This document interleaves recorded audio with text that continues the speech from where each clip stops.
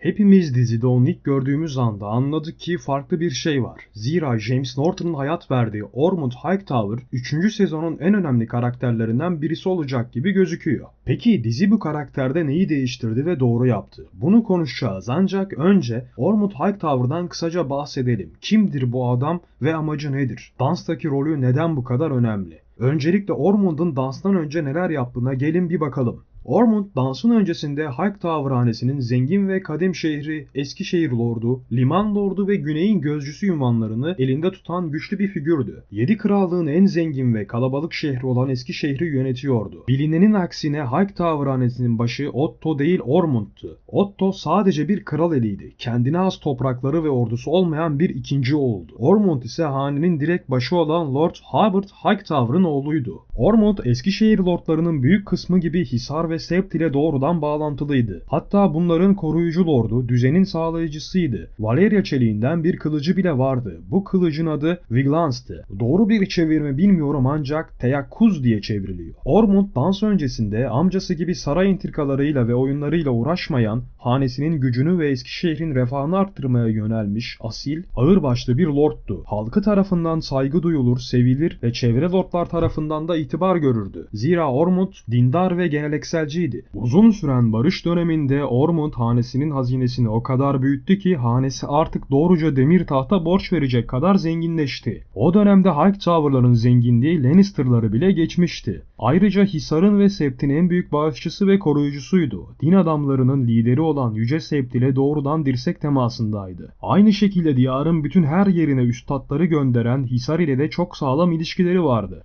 7 inancı dininin merkezi olmasından dolayı Hightower'lar zaten her zaman bu anlamda diğer hanelere göre daha güçlü olmuştur. Ormond kendi kişisel durumundan dolayı bir adım daha öndeydi. Savaş öncesindeki bütün propagandaların ve halkın çoğunluğunun Yeşillerin meşrutiyetini savunmasının temel sebeplerinden birisi olan din Hightower'larla doğrudan içli dışlıydı. Ormond Hightower barış döneminde menzil topraklarında adeta gizli bir kral gibiydi. Onun burada kurduğu gizli hegemonyasına biraz değinelim. Normalde bütün menzil topraklarının üst yöneticisi yüksek bahçeli lordu olan Tyrell hanesidir. Ancak Tyrell'ların başında o sırada bir bebek lord vardı. Ormond bunu bir avantaja çevirmişti. Savaş öncesi yıllarda menzildeki küçük lordları ticaret anlaşmaları, diplomatik vaatlerle tamamen Eskişehir'e bağlamıştı. Savaş patlak vermeden önce adeta menzilin gizli hükümdarı gibiydi. Menzil lordları emir almak ve karar vermek için Highgarden'a değil doğrudan Ormond Hightower'a bakar olmuştu. Bu da onu adeta bölgenin gölge kralı yapıyordu. Ormond dansın öncesinde barış yıllarını belki de amcası Otto'dan bile iyi değerlendiren bir adamdı. Çünkü ticaret, din ve diplomasinin dışında bir de ordusunu en iyi hazırlayan kişi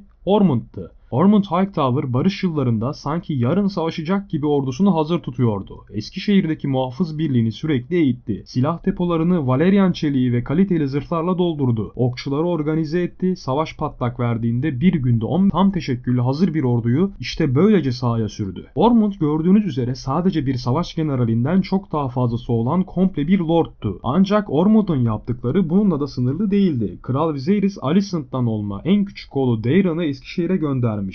Lord Ormond, Daeron'u eğitirken akıl hocalığının ilerisine gitmişti. Adeta onun eğitiminin üstüne titremişti. Müthiş bir eğitim süreci gerçekleştirdi. Ormond küçük prense saray terbiyesi, siyaset, diplomasi ve askeri strateji dersleri verdi. Onu çok sağlam bir disiplinden geçirdi. Daeron kibir ve şımarıklıktan uzak, gerçek bir şövalyeye dönüşmüştü böylece. Ormond, Daeron'u halkın seveceği asil, adil ve tebaasına saygılı bir lider olarak yontmayı başardı. Bu da onu Aegon ve Aemond'dan ayıran temel özelliklerden birisiydi. Daeron'un ejderhası Tesserion yani Mavi Kraliçe Eskişehir'de büyüdü. Ormond, ejderhanın beslenmesinden uçuş eğitimine kadar her şeyi askeri bir disiplinle yaptırıyordu. Savaş patlak verdiğinde Daeron sadece ejderhaya binen bir çocuk değil, Ormond'un ona öğrettiklerini havada uygulayabilen disiplinli bir hava kuvvetiydi. Ormond Hightower'ın savaştan önce verdiği en kötü karar ise skandallarla dolu ikinci evliliğiydi. Ormond ilk karısı öldükten sonra kendisinden yaşça epey küçük olan Samantha Tarly ile ikinci evliliğini yaptığı aralarındaki yaş farkı o kadar fazlaydı ki Ormond'un en büyük oğlu Samantha Tarly'den sadece 2 yaş küçüktü. Ormond bu evlilikten siyasi güç elde etmeyi planlıyordu. Çünkü Samantha Tarly baba tarafından bir Tarly, anne tarafından Rowan'dı. Ormond böylece menzildeki gücünü pekiştirmek ve kontrolü tamamen ele geçirmek istiyordu. Ancak bu evlilik onun için hem siyasi hem manevi yönden bir skandala dönüşmüştü. Söylentilere göre Ormond'un büyük oğlu Lionel ile ikinci karısı Samantha'nın Ormond hayattayken başlayan gizli bir aşk durumu vardı. Hatta bu iddialar Ormond'un ölümünden sonra ikisinin birlikteliğini açıkça yaşamaya başlamasıyla daha da güçlenmişti. Ormond bu evlilikten umduğu siyasi gücü de alamamıştı. Çünkü iç savaş patlak verdiğinde karısının ailesi siyahların tarafında yer almıştı. Hatta bazı söylentilere göre Ormond'un planlarını ailesine haber vererek Ormond'u sabote etmişti Samantha Tarly. Ormond Hightower iç savaşta çok önemli bir rol oynadı. Zaten diyarın savaşa çekildiği süreçte hem kendi inancı gereği Kraliçe Rhaenyra'yı meşru görmüyor hem de ailesinin çıkarlarını en üstte tutuyordu. Bu yüzden de Otto'nun planına son derece sadıktı. Otto orduyu topla ve gel dediğinde emri alır almaz yola çıkmış ve başkente yürümüştü. Ancak kendi sancaktarları Tarly, Rowan ve Bisbury haneleri ona ihanet edince Honeyvine nehrinde kıstırıldı. Ormond taktiksel olarak tamamen kuşatılmış ve yenilmek üzereydi. Tam o sırada Prens Daeron ejderhası Tesserion'la birlikte gökten gelerek düşman atlarını yaktı. Ormond kuşatmayı yardı ve büyük bir zafer kazandı. Savaş meydanında diz çöktü ve Daeron'u kendi kılıcıyla şövalye ilan edip ona cesur unvanını verdi. Daeron Targaryen bundan sonra diyarda ve tarih kitaplarında Cesur Daeron olarak anılacaktı. Bitter Bridge katliamı. Ormond Yeşillerin küçük prensi Maelor katledilince bu kasabayı adeta haritadan sildi diyebiliriz. Ormond Maelor'ın vahşice öldürülmesinden dolayı çileden çıktı. Kasabayı ve Lady Caswell'in kalesini kuşattı. Lady Caswell çocuklarının bağışlanması için yalvarmasına rağmen Ormond onu kale kapısına astı ve tüm kasabayı acımasızca yağmalayıp halkı kılıçtan geçirdi. Tumbleton Savaşı ve sonu. Kralın şehrine doğru ilerlerken Tumbleton'a ulaştı. Karşısında sayıca az bir siyah ordusu vardı. Ancak Kuzeylilerin intihar birliği olan Kış Kurtları hatları yardı. Yaşlı ve çılgın Kuzeyli lideri Roderick Dustin yaralanmasına rağmen atını doğrudan Ormond'a sürdü. Ormond'un muhafızları onu koruyamadı ve Roderick Dustin tarafından bizzat savaş meydanında öldürüldü. Ormond Hightower'ın ölümüyle ordu tamamen başsız kaldı. Ayrıca Yeşil Konsey çok büyük bir güç kaybetmiş oldu. Az önce bahsettiğim gibi ikinci evliliği tam olarak bir skandala dönüşmüştü onun için. Ormond öldükten sonra oğlu Lionel Hightower başa geçti. Ancak babasının ölümünden hemen sonra üvey annesi Samantha Tarly ile açıkça aşk yaşamaya ve aynı yatağı paylaşmaya başladı. Yedi inancı bu ilişkiyi büyük bir ensest skandal ilan etti. Ancak Samantha o kadar hırslıydı ki inancı ve demir tahtı karşısına alarak eski şehri Lionel ile birlikte fiilen yönetti. Hatta yıllar sonra kilise bu evliliği meşrulaştırdı. Yani buradan çıkan sonuç Ormond Hightower hayattayken bile ortaya çıkan oğlu ve ikinci eşinin arasındaki ilişki söylentileri birazcık doğru gibi görünüyor. Ormond hakkında kitaptaki bilgiler bu kadardı. Ancak asıl konumuz diziye dönelim. Dizi bu karakteri neden ve nasıl daha iyi işleyebilir? Dizi özelinde Ormond şu anda Yeşillerin sağdaki ve hatta 3.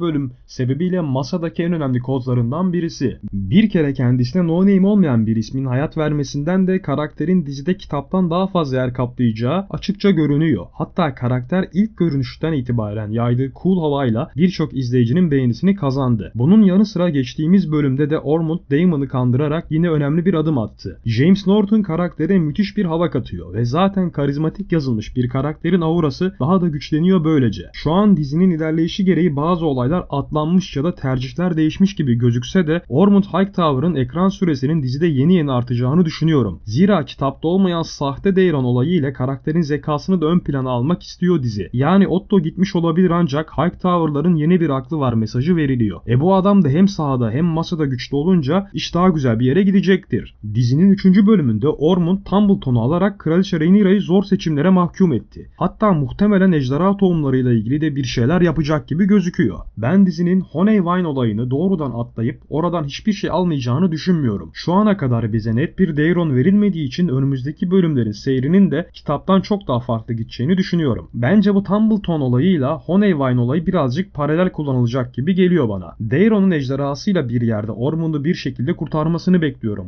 Çünkü henüz biz Daeron'u tam görmedik ve cesur Daeron demiyoruz ona. Yani şimdi eğer dizide Tumbleton'a yürünürse ve Ormond'un kitaptaki gibi burada bir sonu olursa bence bu karakter ve James Norton boşa gidecek. Aynı şekilde Daeron ve ejderhasını da çok fazla görmemiş olacağız. Muhtemelen ejderha tohumlarının da taraf değiştirmesinde Ormond büyük rol oynayacak. Hatta burada Rhaenyra'nın yapacağı bazı hamlelerinde, hatta vereceği kötü kararlarda falan Ormond'un bir şekilde parmağı olacak gibi geliyor bana. Yani onu köşeye sıkıştırmaya devam edecek gibi. Dizi şimdiden karaktere karizmatik bir hava kattı. Bunu çok kolay harcayacağını düşünmüyorum. James Norton'un da karakteri canlandırmasından dolayı da bu birkaç bölümde bu karakter ortadan kalkmaz diye düşünüyorum. Yani daha yapacağı şeyler var gibi geliyor bana. Burada dizinin olayları artık değiştirmesini eleştirmiyoruz biliyorsunuz. Yani sadece majör değişimlerde, hikayeye çok büyük etki veren şeylerde bunu konuşmayı tercih ediyorum. Ama şöyle bir durum var. Ormond karakteri bence daha iyi eline alınacak gibi geliyor bana. Yani burada da saçmalamazlarsa, ki ben sanmıyorum. Çünkü dediğim gibi bir oyuncu, iki karakterin şu anki verdiği hava onu gösteriyor bize. Önümüzdeki bölümlerde Ormond'un büyük işler yapacağını düşünüyorum bu yüzden.